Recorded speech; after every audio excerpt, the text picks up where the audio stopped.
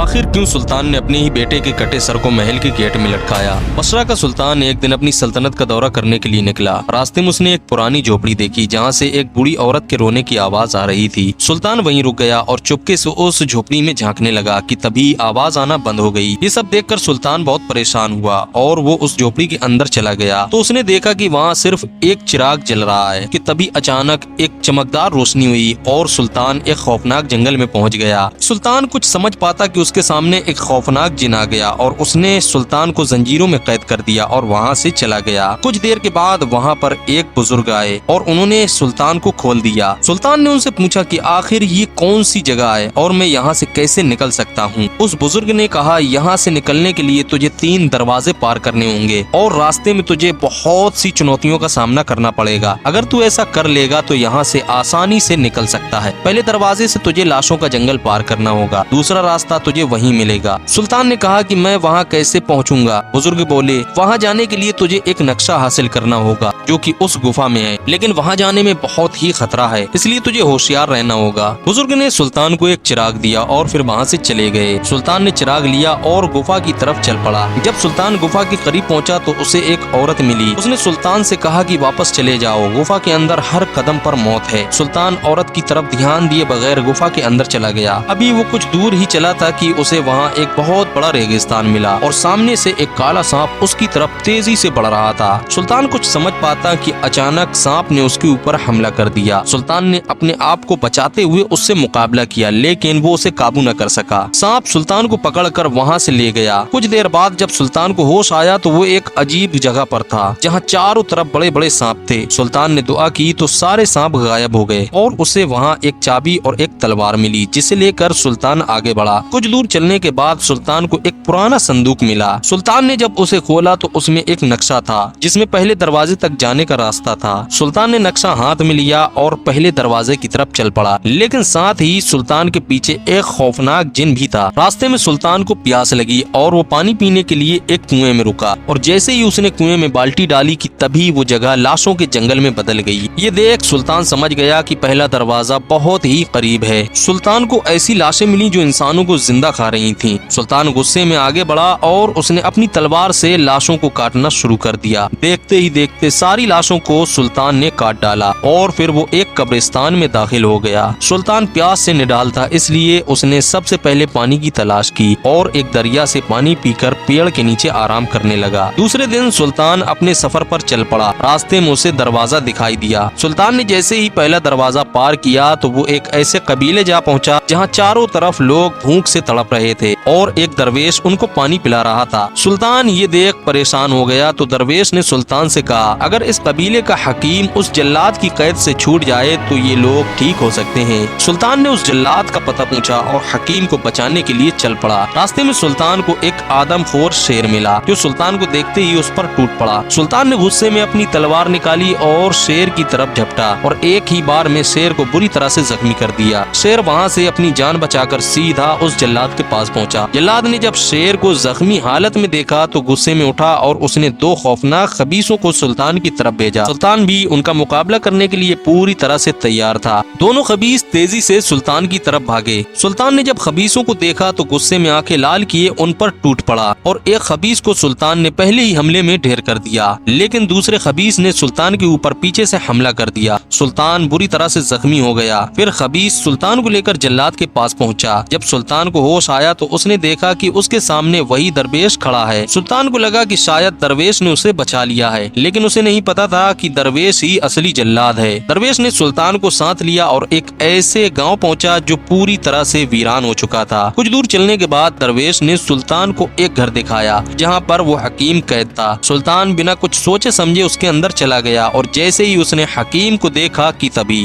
दोस्तों, इसके आगे वीडियो देखने के लिए चैनल को सब्सक्राइब कर लें और वीडियो को शेयर भी कर दें।